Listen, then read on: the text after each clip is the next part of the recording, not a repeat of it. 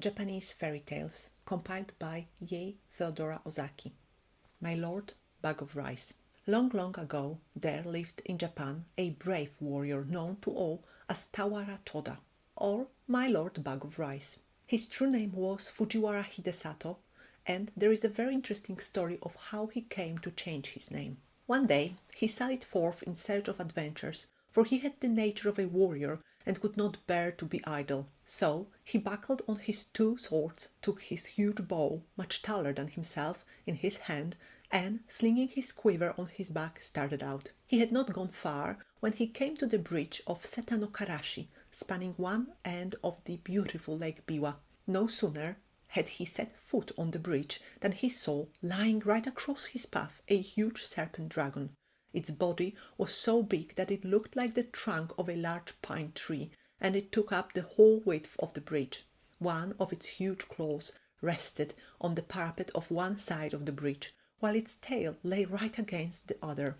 The monster seemed to be asleep, and as it breathed, fire and smoke came out of its nostrils. At first, Hidesato could not help feeling alarmed at the sight of this horrible reptile lying in his path, for he must either turn back or walk right over its body. He was a brave man, however, and putting aside all fear, went forward dauntlessly. Crunch, crunch, he stepped now on the dragon's body, now between its coils, and without even one glance backward, he went on his way. He had only gone a few steps when he heard someone calling him from behind. On turning back, he was much surprised to see that the monster dragon had entirely disappeared, and in its place was a strange-looking man who was bowing most ceremoniously to the ground. His red hair streamed over his shoulders and was surmounted by a crown in the shape of a dragon's head, and his sea-green dress was patterned with shells. Hidesato knew at once that this was no ordinary mortal, and he wondered much at this strange occurrence. Where had the dragon gone in such a short space of time? Or had it transformed itself into this man, and what did the whole thing mean? While these thoughts passed through his mind, he had come up to the man on the bridge and now addressed him. "Was it you that called me just now?"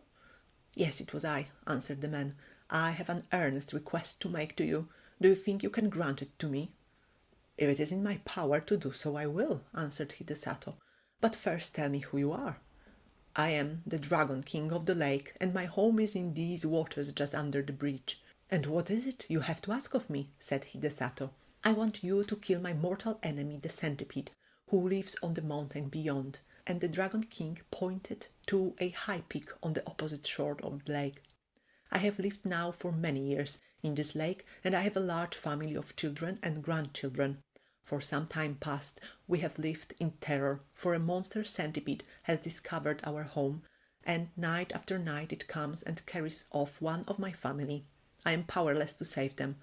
If it goes on much longer like this, not only shall I lose all my children, but I myself must fall a victim to the monster. I am therefore very unhappy, and in my extremity I determined to ask the help of a human being. For many days, with this intention, I have waited on the bridge in the shape of the horrible serpent dragon that you saw, in the hope that some strong, brave man would come along. But all who came this way, as soon as they saw me, were terrified and ran away as fast as they could. You are the first man I have found able to look at me without fear, so I knew at once that you were a man of great courage. I beg you to have pity upon me. Will you not help me and kill my enemy, the centipede?"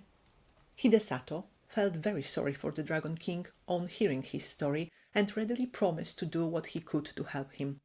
The warrior asked where the centipede lived, so that he might attack the creature at once.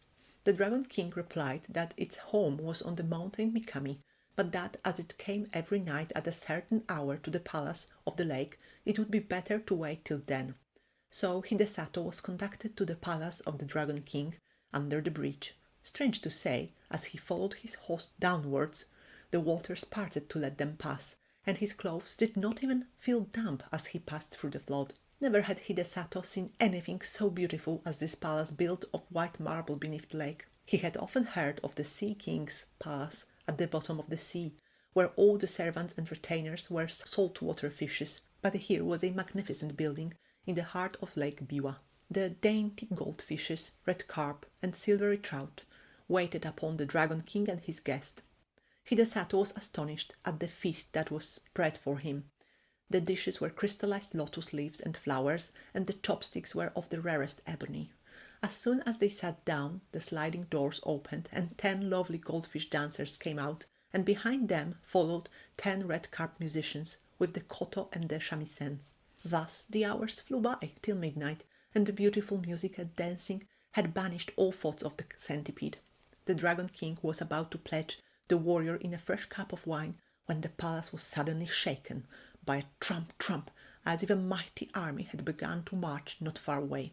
Hidesato and his host both rose to their feet and rushed to the balcony, and the warrior saw on the opposite mountain 2 great balls of glowing fire coming nearer and nearer.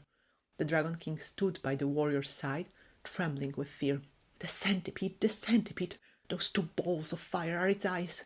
It is coming for its prey. Now is the time to kill it. Hidesato looked where his host pointed, and in the dim light of the starlit evening, behind the 2 balls of fire, he saw the long body of an enormous centipede winding round the mountains, and the light in its 100 feet glowed like so many distant lanterns, moving slowly towards the shore. Hidesato showed not the least sign of fear. He tried to calm the Dragon King. "Don't be afraid, I shall surely kill the centipede. Just bring me my bow and arrows." The Dragon King did as he was bid, and the warrior noticed that he had only 3 arrows left in his quiver. He took the bow, and fitting an arrow to the notch, took careful aim and let fly. The arrow hit the centipede right in the middle of its head, but instead of penetrating, it glanced off harmless and fell to the ground. Nothing daunted, Hidesato took another arrow, fitted it to the notch of the bow, and let fly. Again the arrow hit the mark. It struck the centipede right in the middle of its head, only to glance off and fall to the ground. The centipede was invulnerable to weapons. When the Dragon King saw that even this brave warrior's arrows were powerless to kill the centipede, he lost heart and began to tremble with fear. The warrior saw that he had now only 1 arrow left in his quiver, and if this one failed, he could not kill the centipede. He looked across the waters. The huge reptile had wound its horrid body 7 times round the mountain, and would soon come down to the lake. Nearer and nearer gleamed fireballs of ice, and the light of its 100 feet began to throw reflections in the still waters of the lake. Then, suddenly, the warrior remembered that he had heard that human saliva was deadly to centipedes. But this was no ordinary centipede. This was so monstrous that even to think of such a creature made one creep with horror. Hidesato determined to try his last chance. So, taking his last arrow and first putting the end of it in his mouth, he fitted the notch to his bow, took careful aim once more, and let fly. This time the arrow again hit the centipede right in the middle of its head, but instead of glancing off harmlessly as before, it struck home to the creature's brain. Then, with a convulsive shudder, the serpentine body stopped moving, and the fiery light of its great eyes and 100 feet darkened to a dull glare, like the sunset of a stormy day, and then went out in blackness. A great darkness now overspread the heavens. The thunder rolled and the lightning flashed, and the wind roared in fury, and it seemed as if the world were coming to an end. The Dragon King and his children and retainers all crouched in different parts of the palace, frightened to death, for the building was shaken to its foundation. At last the dreadful night was over. Day dawned beautiful and clear. The centipede was gone from the mountain. Then Hidesato called to the Dragon King to come out with him on the balcony, for the centipede was dead and he had nothing more to fear. Then all the inhabitants of the palace came out with joy, and Hidesato pointed to the lake. There lay the body of the dead centipede, floating on the water, which was dyed red with its blood. The gratitude of the Dragon King knew no bounds. The whole family came and bowed down before the warrior, calling him their preserver and the bravest warrior in all Japan. Another feast was prepared, more sumptuous than the first.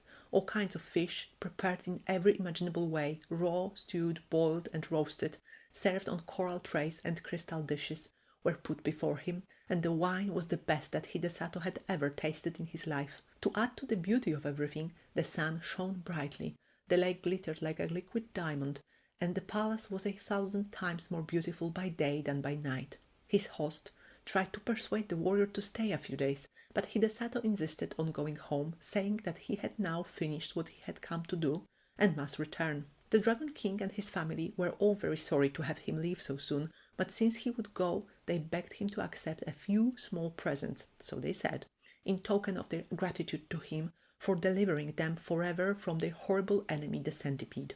As the warrior stood in the porch taking leave, a train of fish was suddenly transformed into a retinue of men, all wearing ceremonial robes and dragons' crowns on their heads to show that they were servants of the great Dragon King. The presents that they carried were as follows. First, a large bronze bell. Second, a bag of rice. Third, a roll of silk. Fourth, a cooking pot. Fifth, a bell. Hidesato did not want to accept all these presents, but as the Dragon King insisted, he could not well refuse. The Dragon King himself accompanied the warrior as far as the bridge, and then took leave of him with many bows and good wishes, leaving the procession of servants to accompany Hidesato to his house with the presents. The warrior's household and servants had been very much concerned when they found that he did not return the night before, but they finally concluded that he had been kept by the violent storm and had taken shelter somewhere. When the servants on the watch for his return caught sight of him, they called to every one that he was approaching, and the whole household turned out to meet him, wondering much what the retinue of men bearing presents and banners that followed him could mean. As soon as the Dragon King's retainers had put down the presents, they vanished, and Hidesato told all that had happened to him. The presents, which he had received from the grateful Dragon King, were found to be of magic power. The bell only was ordinary, and as Hidesato had no use for it, he presented it to the temple nearby, where it was hung up, to boom out the hour of day over the surrounding neighborhood. The single bag of rice, however, much was taken from it, day after day for the meals of the knight, and his whole family never grew less. The supply in the bag was inexhaustible. The roll of silk, too, never grew shorter, though time after time long pieces were cut off to make the warrior a new suit of clothes to go to court in at the new year. The cooking pot was wonderful too. No matter what was put into it, it cooked deliciously whatever was wanted without any firing, truly a very economical saucepan. The fame of Hidesato's fortune spread far and wide, and as there was no need for him to spend money on rice or silk or firing, he became very rich and prosperous, and was henceforth known as my Lord Bag of Rice. The end.